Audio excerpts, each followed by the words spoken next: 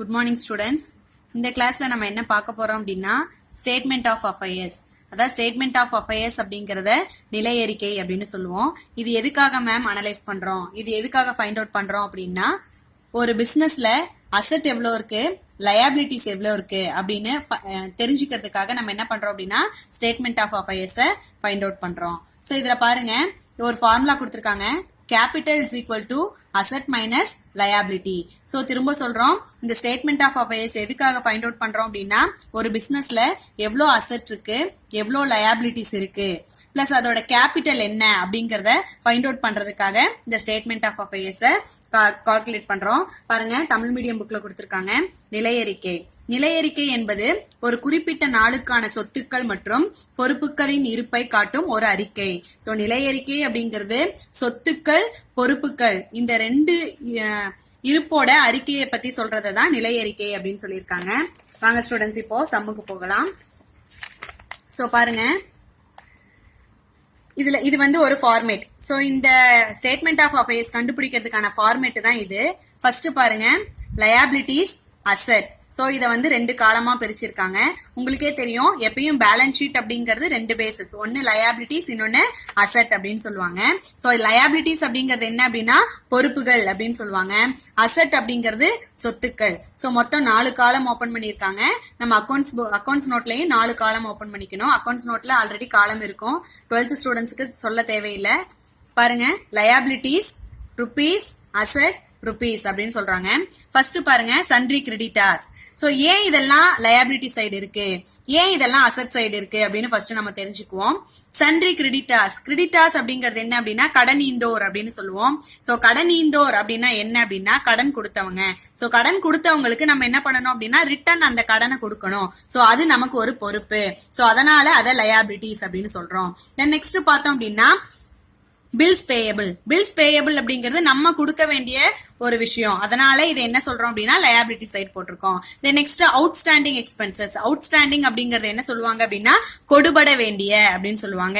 So கொடுபட வேண்டிய செலவுகள் அத்தனையும் எந்த சைடு வரும் அப்படின்னா லயபிலிட்டி சைடு வரும். தென் நெக்ஸ்ட் பார்த்தோம் அப்படின்னா bank over draft. Bank over draft அப்படிங்கிறது என்ன அப்படின்னா, ஒரு பேங்க்ல நம்ம ஒரு பிசினஸ் மேனா இருக்கும்போது கரண்ட் அக்கௌண்ட் ஃபாலோ பண்ணிட்டு இருப்போம். ஃபாலோ பண்ணிட்டு இருக்கும்போது நிறைய அமௌண்ட் தேவை அப்படிங்கிற பட்சத்துல நம்ம என்ன பண்ணுவோம், பேங்க்குக்கு போய் கேட்டா நம்ம அக்கௌண்ட்ல இருக்கிறத விட எக்ஸஸ் மணியை கொடுக்கறாங்க.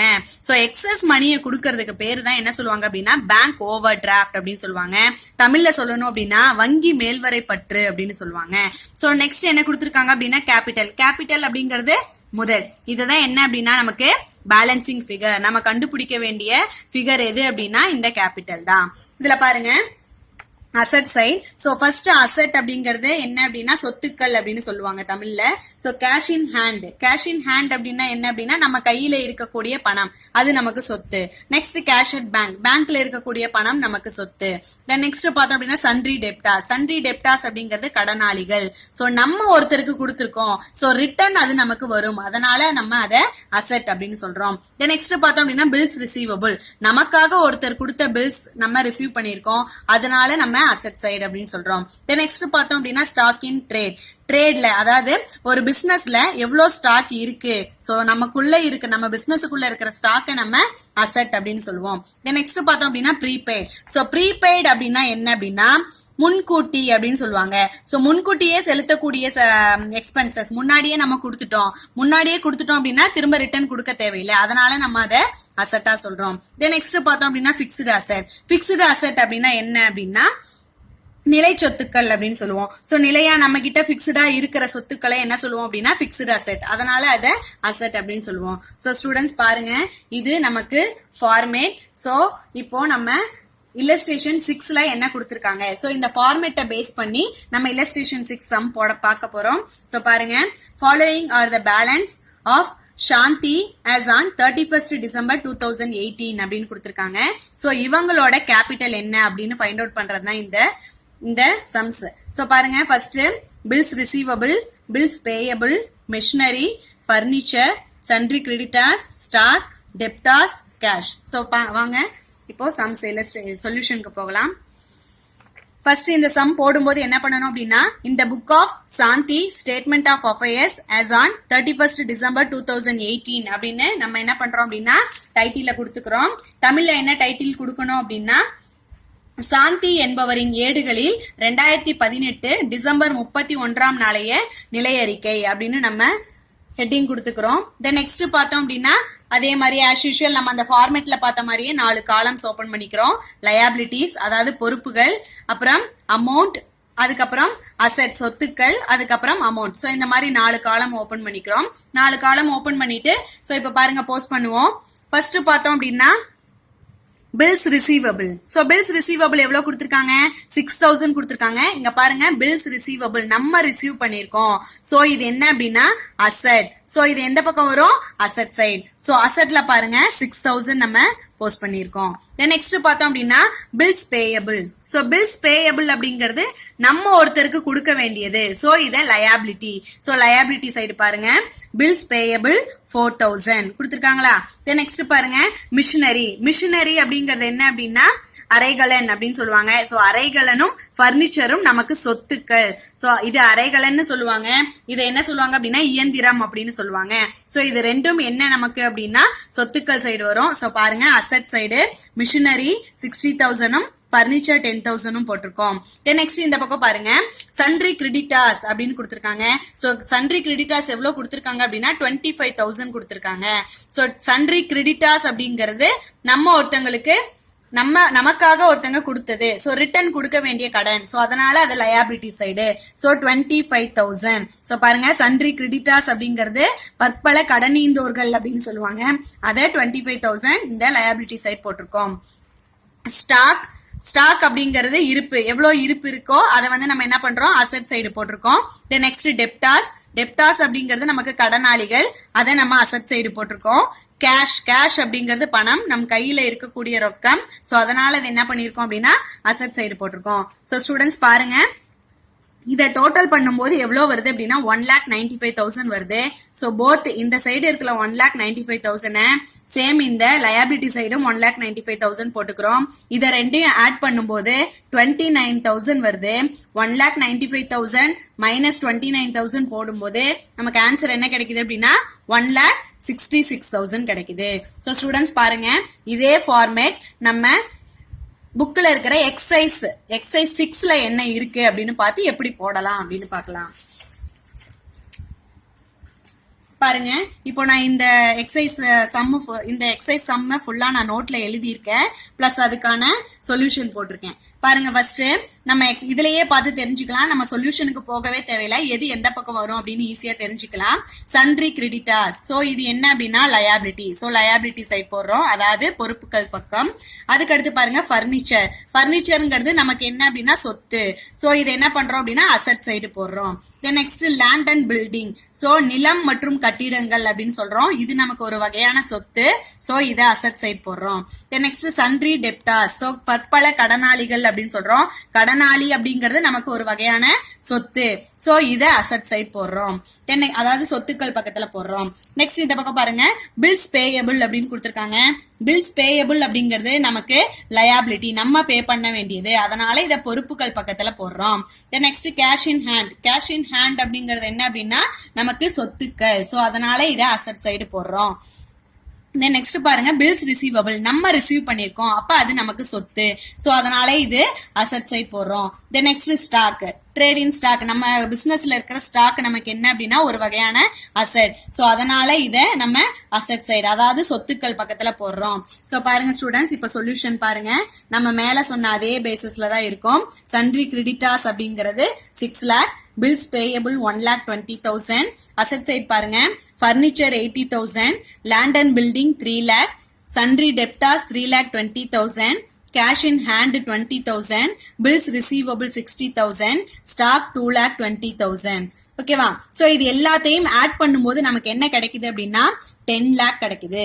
So both side, so credit சைடும் டெபிட் சைடும் என்ன பண்றோம் அப்படின்னா 10 lakh நம்ம போட்டுக்கிறோம். இந்த 10 lakhல இருந்து 7,20,000 லெஸ் பண்ணோம் அப்படின்னா 2,20,000. சோ நமக்கு ஆன்சர் என்ன அப்படின்னா 2,20,000. நெக்ஸ்ட் பாருங்க ஸ்டூடெண்ட்ஸ் பாருங்க, இது ஈஸியா ஃபைண்ட் அவுட் பண்ணி நம்மளே ஃபைண்ட் அவுட் பண்ணலாம். எப்படி அப்படின்னு நம்ம இல்லஸ்ட்ரேஷன் சம் பார்க்கலாம்.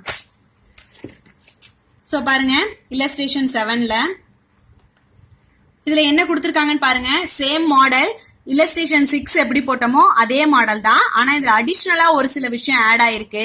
என்ன அப்படின்னா, ஃபர்ஸ்ட் கிளாஸ்ல நம்ம பார்த்தோம்.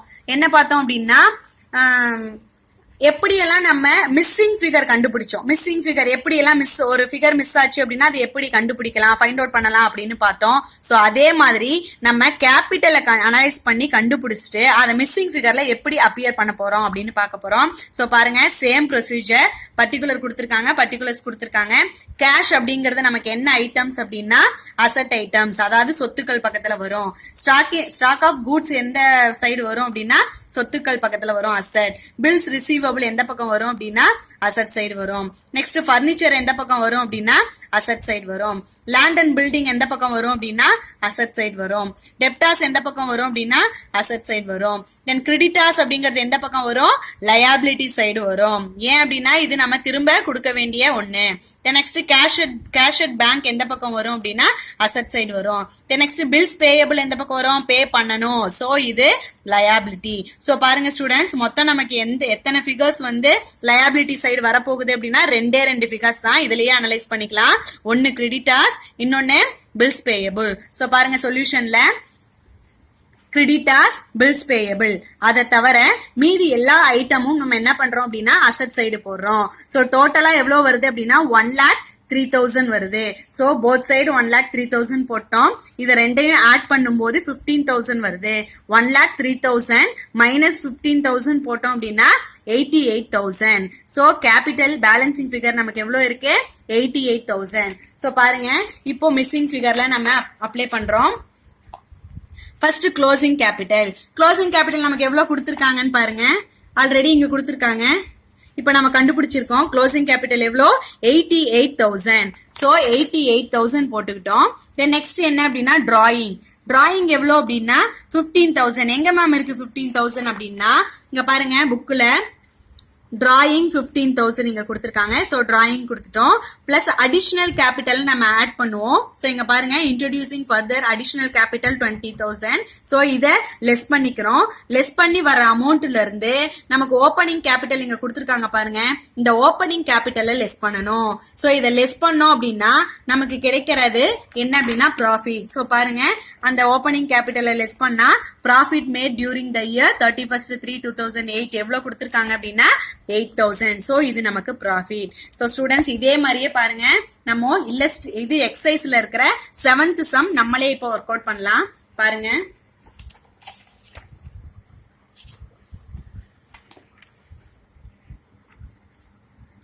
பாருங்க ஸ்டூடெண்ட்ஸ் 7th சம் இப்போ நம்ம ஒர்க் அவுட் பண்ண போறோம்.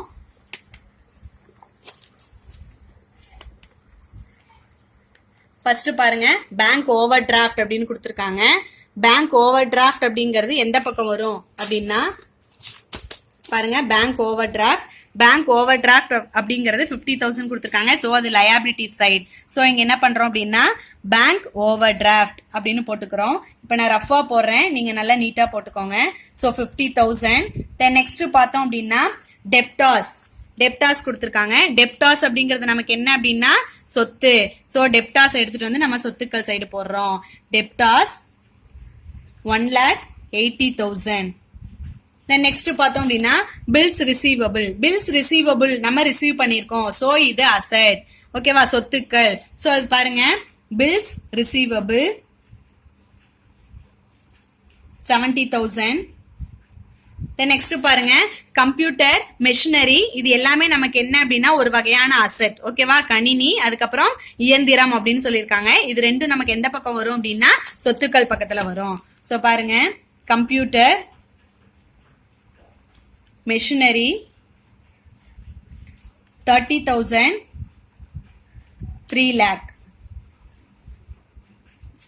சோ அடுத்து பாருங்க, ஸ்டாக் இன் ட்ரேட். நமக்கு ட்ரேட்ல ஸ்டாக் இருக்கு. சோ அது நமக்கு எந்த பக்கம் வரும் அப்படின்னா அசெட் சைடு வரும். Stock in trade 1,60,000. அதுக்கு அடுத்து பாருங்க கிரெடிட்டாஸ். ஸோ கிரெடிட்டாஸ் அப்படிங்கிறது நம்ம திரும்ப கொடுக்க வேண்டியது. ஸோ அதனால இது எந்த பக்கம் வரும் அப்படின்னா லயபிலிட்டி சைடு வரும். பில்ஸ் பேயபிள் நம்ம திரும்ப கொடுக்க வேண்டியது, அதனால இது எந்த சைடு வரும் அப்படின்னா லயபிலிட்டி சைடு வரும். Next cash in hand. பாருங்க கேஷ் இன் ஹேண்ட் எவ்வளோ இருக்கு அப்படின்னா 60,000 இருக்கு. ஸோ இதுக்கு முன்னாடி நம்ம பாருங்க கிரெடிட்டாஸ் இன்னும் அப்ளை பண்ணல. So creditors 90,000, bills payable 2,40,000. Students ஓகேவா? இப்போ நம்ம என்ன பண்ண போறோம் அப்படின்னா அமௌண்ட் டோட்டல் போட போறோம். ஸோ பாருங்க இது எல்லாத்தையும் டோட்டல் பண்ணோம் அப்படின்னா நமக்கு 8 lakh கிடைக்கும். ஸோ இந்த 8 lakh நம்ம போத் சைடு போட போறோம். இங்கேயும் 8 lakh லயபிலிட்டி சைடும் 8 lakh போடுறோம். இந்த 8 lakhல இருந்து இது எல்லாத்தையும் ஆட் பண்ணோம் அப்படின்னா நமக்கு எவ்வளவு கிடைக்கும்னா 3,80,000 வரும். இந்த 3,80,000ல இருந்து 8 lakh லெஸ் பண்ணோம் அப்படின்னா 4,20,000 வரும். ஸோ இதுதான் நமக்கு என்ன அப்படின்னா கேபிட்டல், அதாவது பேலன்சிங் ஃபிகர் அப்படின்னு சொல்லுவோம். நெக்ஸ்ட் பாருங்க இதை வந்து நம்ம ஸ்டேட்மெண்ட் ஆஃப் ப்ராஃபிட் அண்ட் லாஸ்ல நம்ம அப்ளை பண்ண போறோம். ஃபர்ஸ்ட் என்ன அப்படின்னா closing capital. So closing capital எவ்வளவு கண்டுபிடிச்சிருக்கோம் அப்படின்னா 4,20,000 கண்டுபிடிச்சிருக்கோம். அதோட டிராயிங் ஆட் பண்றோம். ஸோ டிராயிங் பாருங்க புக்ல கொடுத்துருக்காங்க. Drawing 30,000 for his personal use அப்படின்னு கொடுத்துருக்காங்க. ஸோ 30,000 ஆட் பண்றோம். ஆட் பண்ணோம் அப்படின்னா நமக்கு 4,50,000 கிடைக்கும். இதோட அடிஷனல் கேபிட்டல் பாருங்க, additional capital for introduce further capital for 40,000 நமக்கு அடிஷனல் கேபிட்டல் இன்ட்ரடியூஸ் பண்ணிருக்காங்க. ஸோ 40,000 இதை ஆட் பண்ணோம் அப்படின்னா சாரி இதை லெஸ் பண்ணோம் அப்படின்னா 4,10,000. இதோட ஓப்பனிங் கேபிட்டல் ஏதாவது கொடுத்துருக்காங்களான்னு பாருங்க. இங்க பாருங்க opening capital business with the capital started business with the capital 1,20,000 அப்படின்னு கொடுத்திருக்காங்க. so 1,20,000 இத லெஸ் பண்ணோம் அப்படின்னா நமக்கு என்ன கிடைக்கும் அப்படின்னா 2,90,000 கிடைக்கும். 2,90,000 கிடைக்கும். ஸ்டூடெண்ட்ஸ் பாருங்க நமக்கு கேபிட்டல் 4,20,000, ப்ராஃபிட் 2,90,000 இருக்கு. புக்கோட ஆன்சர் பார்ப்போம். பாருங்க கேபிட்டல் 4,20,000, ப்ராஃபிட் 2,90,000. ஆன்சர் ஈஸியா ஃபைண்ட் அவுட் பண்ணிட்டோம். ஸ்டூடெண்ட்ஸ் நெக்ஸ்ட் கிளாஸ்ல அடுத்த சம் என்ன அப்படின்னு பார்க்கலாம். Thank you students.